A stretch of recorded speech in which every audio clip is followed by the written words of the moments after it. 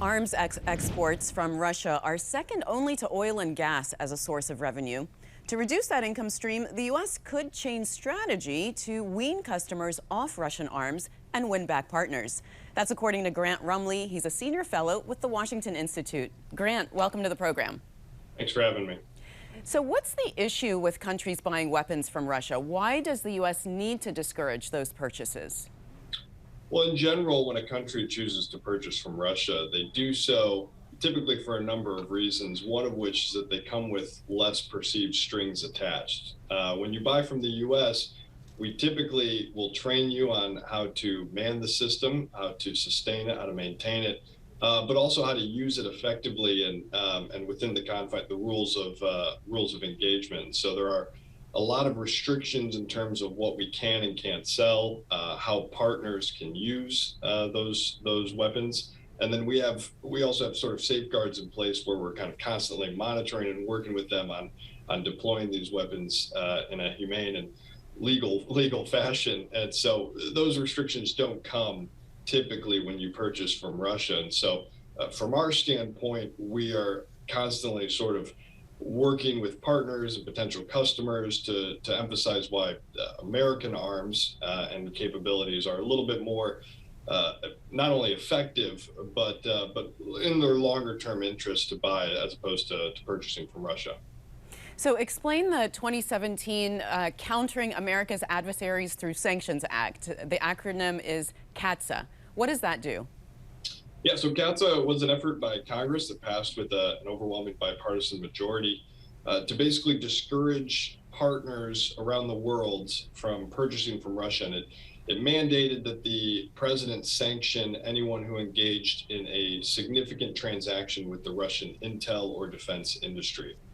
The issue with ActKATSA is that it's both open to interpretation and open to implementation as well. And so by saying, by mandating that the president sanction anyone who engages in a significant transaction, it doesn't really detail what crosses the threshold of a significant transaction with Russia. It also doesn't stipulate if there's a statute of limitations, what if a country had purchased from Russia in the past, but hadn't recently after 2017, after it was enacted. And then the other issue with ActKATSA was really that its implementation was a bit spotty or inconsistent. So yeah, I wanted to ask you about that because India bought Russia's S-400 air defense systems and they weren't sanctioned. That's right. The most famous instance of ActKATSA being enacted really was Turkey when they bought the S-400 system. And upon taking delivery, they were kicked out of the F-35 program, and then they had ActKATSA sanctions leveled against them. India not only purchased the S-400, it has also leased to Russian submarines. There are other countries that haven't been hit with ActKATSA sanctions too. Egypt has reportedly started taking delivery of the Sukhoi 35, another Russian jet. So that has left partners basically scratching their heads as to when and where, and even if ActKATSA sanctions are going to be enacted. So one recommendation you make is to explore co-production of some American weapon systems. You know, that's already happening with the F-35. You mentioned that. But doesn't that put proprietary information at risk? Yeah, it does. And that's been largely the main obstacle to doing it in the past. And so our argument was basically that a lot of these partners are looking at ways to both create jobs, but also to build up their own defense industrial base and their own capabilities. And so a big complaint they have with the U.S. is that it takes too long for arms and weapons to get from the U.S. to their country. It doesn't really support their local economy. It makes things, there's a lot of red tape. It would shock you to learn that there's bureaucracy that's tough to navigate in the U.S. And so one way in which we could possibly incentivize them to sort of stay within the U.S. orbit, to not look at Russia or Chinese material, is to basically expand our risk calculation and look at the possibility of joint producing some select platforms with partners. And Grant, what role do private American defense companies play in discouraging companies from buying from Moscow?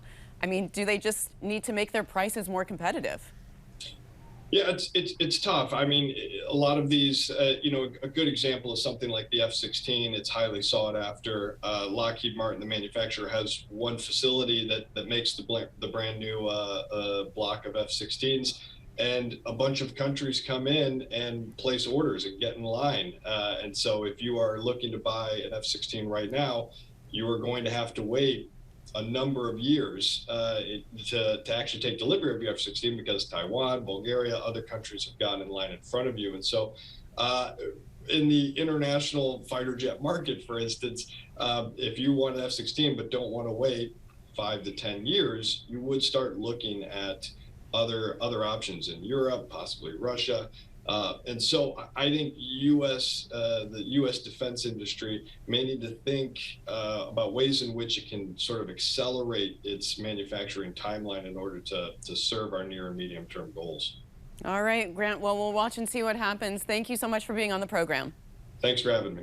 Thanks for watching. If you enjoyed the video, give it a thumbs up and subscribe to our channel so you don't miss out on any future Government Matters interviews.